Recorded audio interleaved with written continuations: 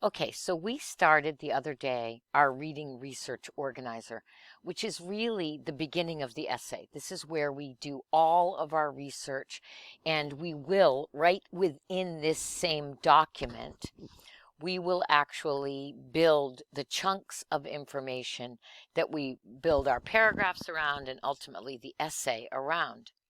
So if you'll recall, at the top of this document, I asked you to paste in your your plan for your paper. And the plan is just a very simple, um, much like an outline, except we use questions that we're going to answer in our paragraphs. And we have a little word budget here. But what I expect to see in this section of your paper is just these 5 items.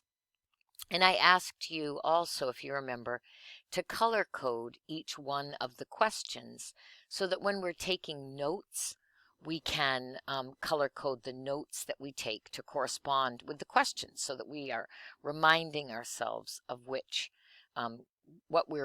questions that we're answering with these notes.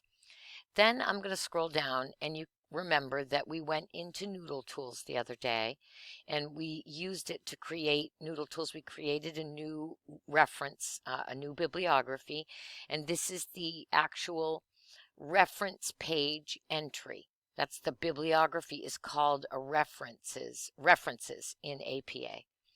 So you can see that this is the little uh, entry for the bibliography, and also we copied and pasted in what would go within the text of the paper to give credit to the author.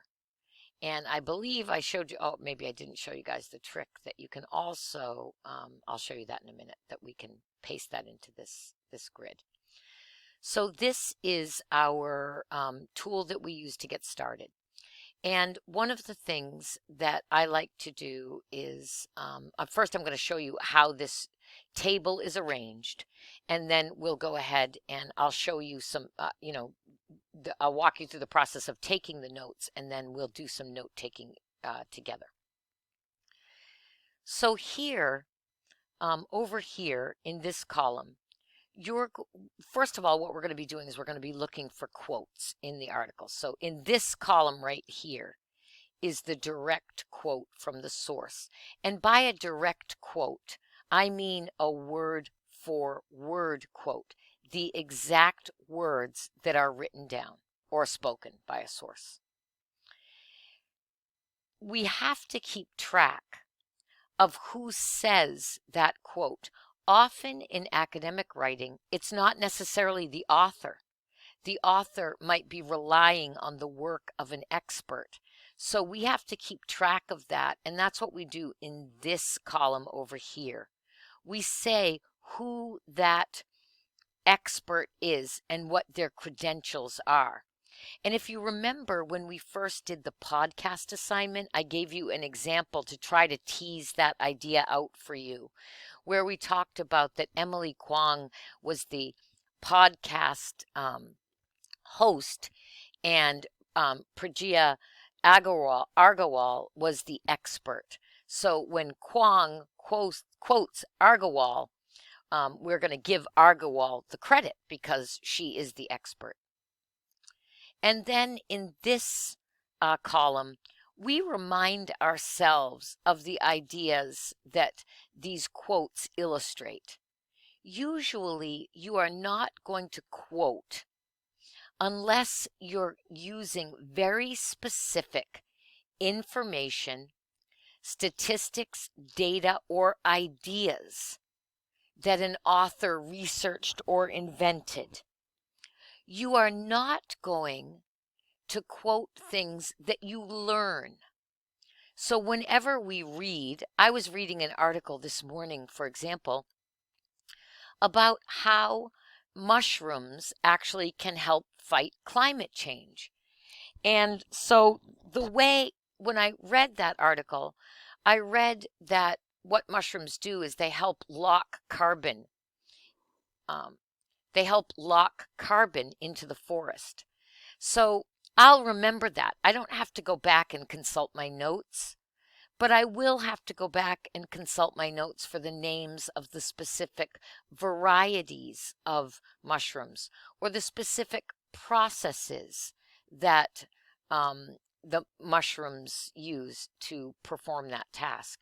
So when I'm quoting, I'm looking for specific information. The key idea is the bigger idea that this specific information illustrates. And I'm going to give you an example of that in just a moment. We're going to paraphrase the quote as we take notes, and we do that for two really important reasons. Number one, academic writing is reading based. It's really about doing the reading and being very careful about doing the reading. And I just have to say right now, looking through some of the submissions I'm getting for homework, people aren't all reading even the instructions thoroughly. So when you paraphrase a quote, this is a way that you make sure you understand it.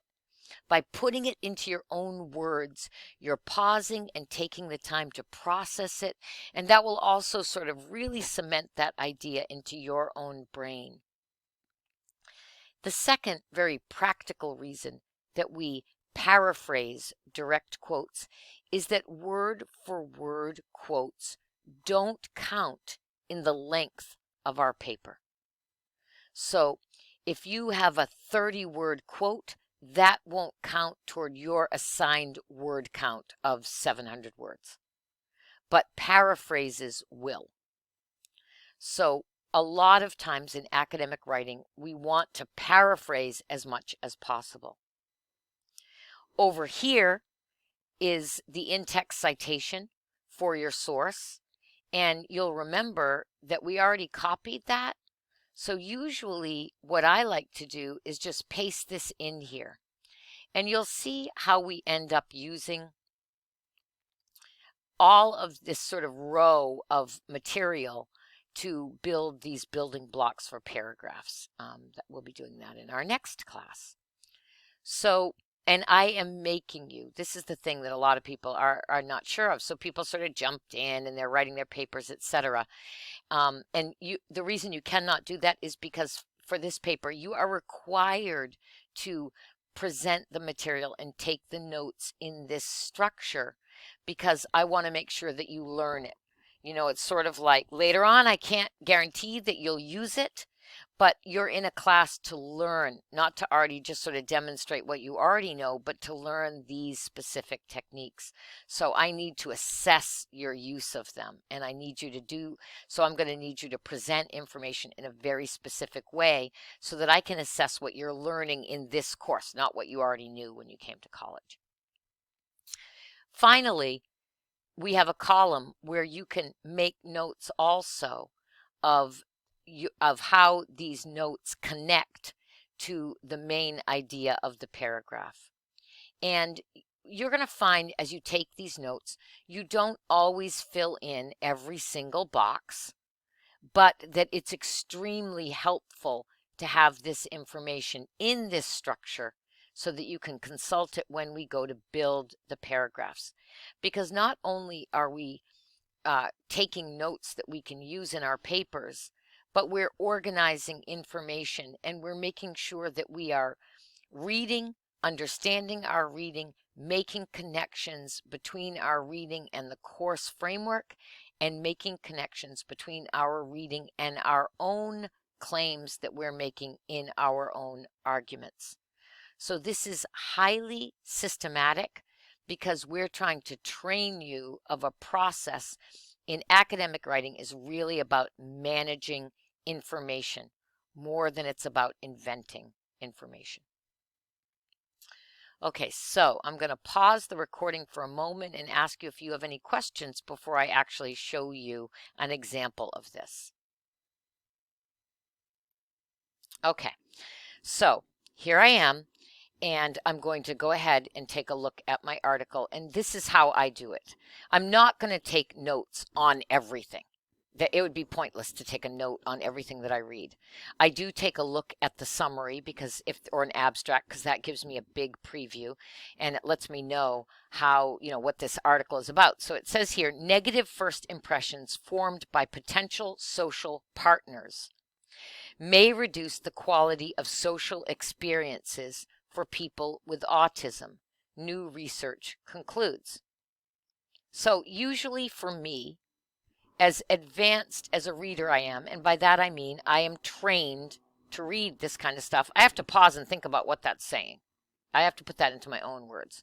So it seems like it's saying when people with autism meet people who might be friends or maybe people they work on, maybe they're a social partner, could be a friend, it could be a romantic interest, it could be somebody you're going to play softball with, that somehow these people might be perceived, the individuals with autism might be perceived negatively, and that can reduce their social experiences. So and it talks about that what happens in this study. So now I'm going to look at this and I'm going to just start reading. And a lot of this is I'm learning. I don't need to take a note. Okay, so a new study by UT Dallas professor found that negative first impressions formed by potential social partners may reduce the quality of social experiences for people with autism. The study was co-authored by Dr. Noah Sasson and doctoral student Daniel Faso in collaboration with researchers. So I've got their names here. In the study, non-autistic participants reported their first impressions of individuals. So I don't feel like there's anything right here that I need to take a note on. It's nothing that's specific. It's stuff that I'll just generally remember. I'm learning as I read. The researchers found that people with autism were rated similarly to non-autistic adults on trustworthiness and intelligence, but less favorably on likability and awkwardness, traits that are important to connecting with other people. Now, this is important to me, because this, it seems to me, is getting to some specifics that I might not remember later. Like I might remember that people with autism were rated similarly to non-autistic individuals, but I might not remember what the traits are. So I'm going to go ahead and take a note. And the way that I do that is I just simply copy it. And now I'm going to go to that Word document that I'm already working with, and I'm going to put that in the direct quote from source. And what I want you to notice is I am going to actually put that immediately in quotation marks. And I have learned over the years, you put it in quotation marks so you don't accidentally think somehow that you wrote it. That happens. Sometimes you find a piece of writing and you say, oh boy, this is good. And you don't realize that you didn't write it. So I'm using that information right there. Now, the next thing that I need to do is you'll remember that this comes from an article, but I know the name of those researchers and their credentials is back in the article. And so now that I know that I'm going to be using that article, I'm going to go get their credentials. So I'm going to go back here to my article.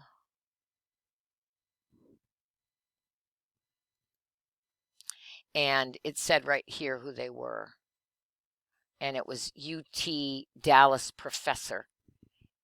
So here we go.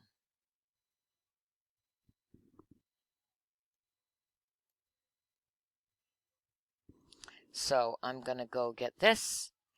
And I'm going to go back over to this form. And you can see this is different than who I have to give credit to both of these things. I have to give credit to these people who found this information, and I have to give credit to the source that provided it to me. That's why we have all these columns, and that's why I use a chart. Because I have to keep track of all that. If I don't do that correctly, that is a real blunder for my professor. My professor wants me to be able to say who said what where. So I need to keep those things apart. Now, I'm going to go ahead here and fill in this key idea that I have. And that idea that I'm getting is sort of the broader picture. And that is,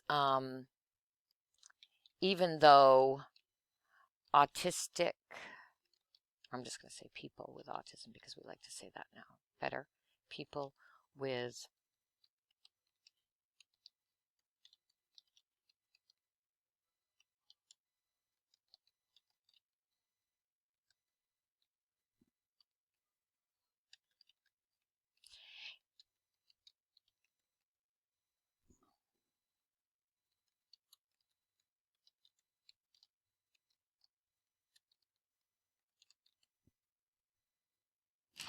oops.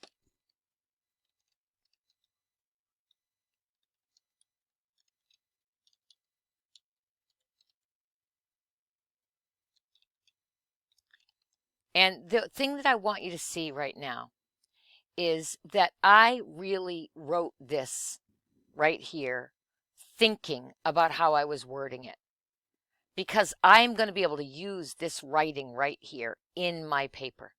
I can use this language of my own in my paper. So this is what I understood this piece of information to be an example of. Now what I'm going to do is I'm going to paraphrase this article. And it's going to say, I'm going to put it into my own words. So I'm going to say individuals with autism were perceived as trustworthy and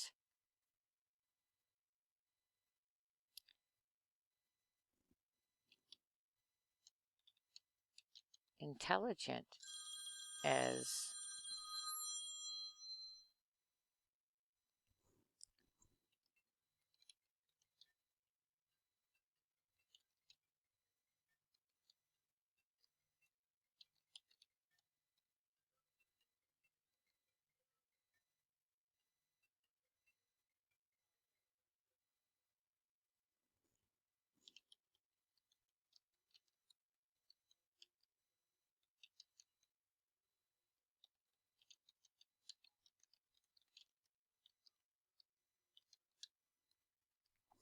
So I've taken this and I've put this information into my own words.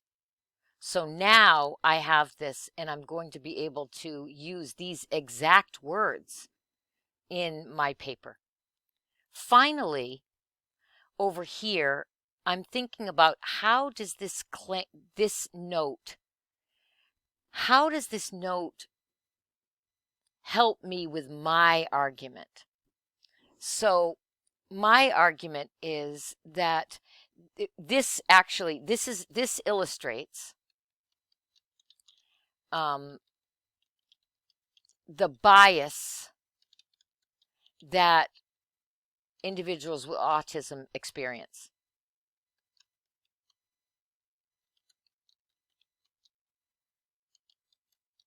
So I am now reading this and I'm connecting it back to my argument.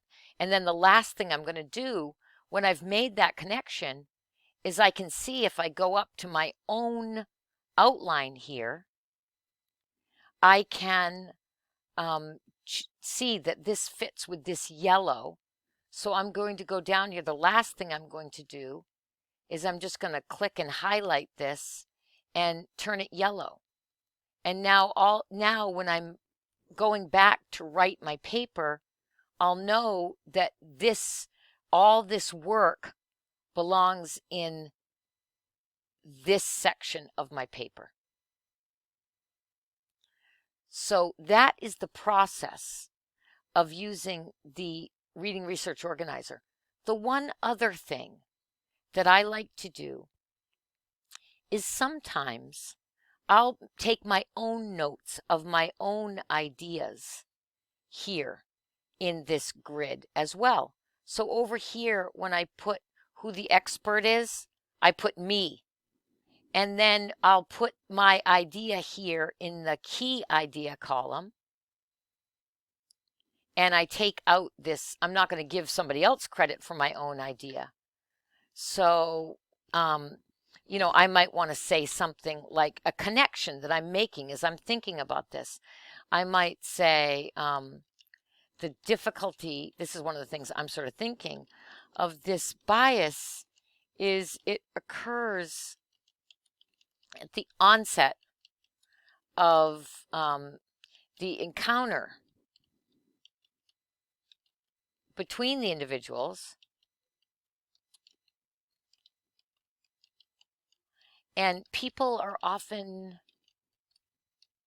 really swayed by their first impressions.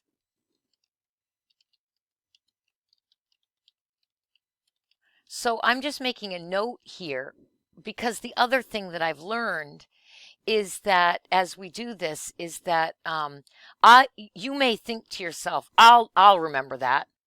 What I've learned myself over years as a writer is that I don't remember. When I'm reading things, I think, oh yeah, I'll never forget that. And then later when I go back to write the paper, I don't remember a lot because my attention has been, weakened since that time period. Okay, so I'm going to stop sharing and I'm going to stop recording. Hold on. Okay, let's see.